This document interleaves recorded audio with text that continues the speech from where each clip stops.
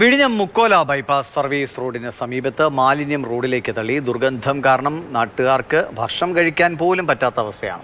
ജിബിൻ നമുക്കൊപ്പം ചേരുന്നുണ്ട്. ജിബിൻ, നമ്മൾ പ്രബുദ്ധരായ മലയാളികൾ എന്നൊക്കെ ഇടയ്ക്കിടയ്ക്ക് ഇങ്ങനെ സ്വയം പുകഴ്ത്താറുണ്ട്. ഇങ്ങനെയുള്ള ചില വാർത്തകൾ കാണുമ്പോൾ നമ്മൾക്ക് എന്ത് പറ്റിയെന്ന് നമ്മൾ തന്നെ സ്വയം ചോദിച്ച് തല താഴ്ത്തേണ്ട സ്ഥിതിയാണ്. പറയൂ, അവിടുത്തെ കാഴ്ചകൾ എങ്ങനെയാണ്? കഴക്കൂട്ടം കാരോട് ബൈപ്പാസ് റോഡിൽ വിഴിഞ്ഞം മുക്കോലയ്ക്ക് സമീപത്താണ് ബൈപ്പാസ് റോഡിൻ്റെ സമീപത്തായിട്ടുള്ള ഈ സർവീസ് റോഡിൽ ഇത്തരത്തിൽ മാലിന്യം നിക്ഷേപിച്ചത്. ഇന്നലെ രാത്രിയോടുകൂടിയാണ് രണ്ട് ലോഡ് മാലിന്യങ്ങൾ ഇത്തരത്തിൽ ഈ റോഡിന് വശത്ത് ഉപയോഗിച്ചത്. ഇത് ഒരു ജനവാസ മേഖലയാണ്. കാരണം ഈ ബൈപ്പാസ് റോഡിൻ്റെ സർവീസ് റോഡാണ്. ഈ ഒരു മാലിന്യം തള്ളിയിരിക്കുന്ന റോഡിൽ കൂടിയാണ് സമീപത്തുള്ള ജനവാസ മേഖലയിലേക്കൊക്കെ തന്നെ പോവേണ്ടതുണ്ട്.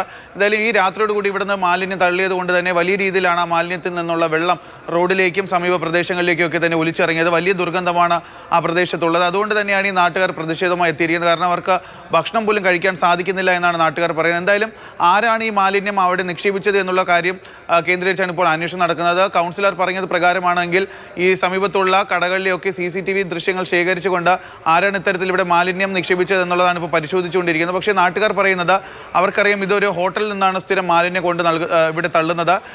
മുമ്പും പല തവണ ഇതേപോലെ തന്നെ ഇതേ സ്ഥലത്ത് ഹോട്ടൽ മാലിന്യം കൊണ്ട് നിക്ഷേപിച്ചിട്ടുണ്ട്. കാരണം ഇറച്ചി വേസ്റ്റ് ഉൾപ്പെടെയുള്ളവയാണ് ഈ മാലിന്യത്തിലുള്ളത്. അതുകൊണ്ട് തന്നെ ഉടനടി ഇത് ആരാണ് കൊണ്ടിട്ടത് എന്ന് സംബന്ധിച്ചിട്ടുള്ള കാര്യത്തിൽ ഉടൻ തന്നെ അതുമായി ബന്ധപ്പെട്ടുള്ള അന്വേഷണം നടക്കുമെന്നാണ് നമുക്കിപ്പോൾ അറിയാൻ സാധിക്കുന്നത്.